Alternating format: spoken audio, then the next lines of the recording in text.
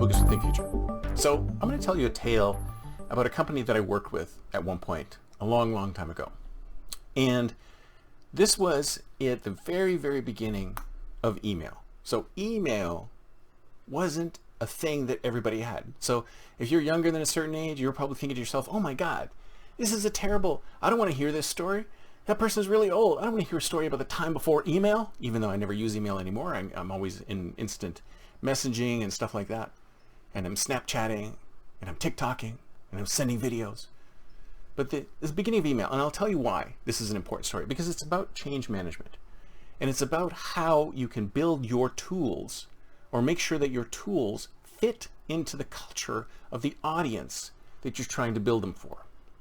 So I worked for a very small cable company a long time ago. And after we built a local area network for them, they were looking at implementing email. And one of the things I found that was very interesting about this company is that they didn't trust email at all. This was the kind of company that would print off a letter and put it on somebody else's desk for them to get a communication.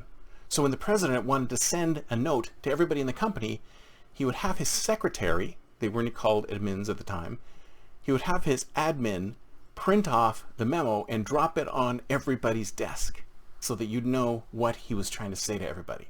There was no such thing as an all-hands meeting, and everything was done in a hierarchical way.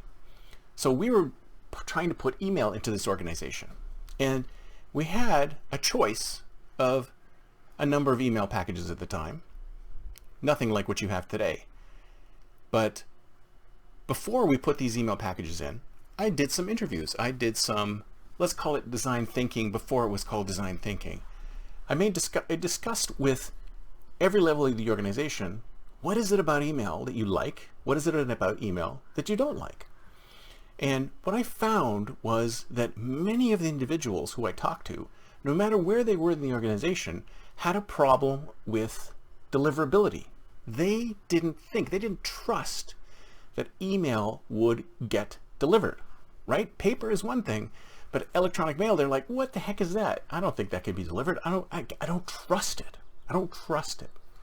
So at the time, there was a product called, there was a bunch of different email products out there, but they were almost all of them were store and forward, except for this one called WordPerfect Office. And WordPerfect Office was like WordPerfect, which is the word processor, which is, I think, no longer around, or not too many people use it. They had an email system as part of this WordPerfect Office thing. And the one thing about WordPerfect Office that everybody liked, or that these types of individuals probably would have liked when I saw it, when I reviewed it with the vendor, is that you could go into the outbox, or nowadays it's a sent item folder. You could go into the sent item folder and you could see the messages that you sent, but you couldn't not just see the messages you sent, you saw full tracking information on the messages. So it would say when it was sent, it would say when it was delivered, it would say when it was read, it would say when it was forwarded, it would say when it was deleted. It had a full audit log of everything that happened to the message that you sent. And I thought, this is perfect. This is exactly what this company culture needs in order to trust email. So we decided to go with WordPerfect Office. We installed WordPerfect Office on everybody's desktop computers, because that's what we had at the time. And they loved it. They immediately gave up on paper communications and started emailing each other like crazy. And email, it became a huge success. So the reason why I'm telling you this is that it's the same thing today.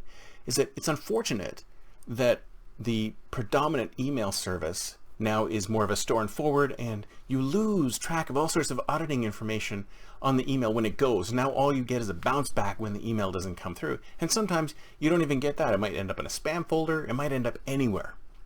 So we've lost the ability to track those kind of emails now. But think about what's happening here is that we picked, or I selected, the tool that would fit with the corporate culture of the organization. I didn't force a tool into this organization.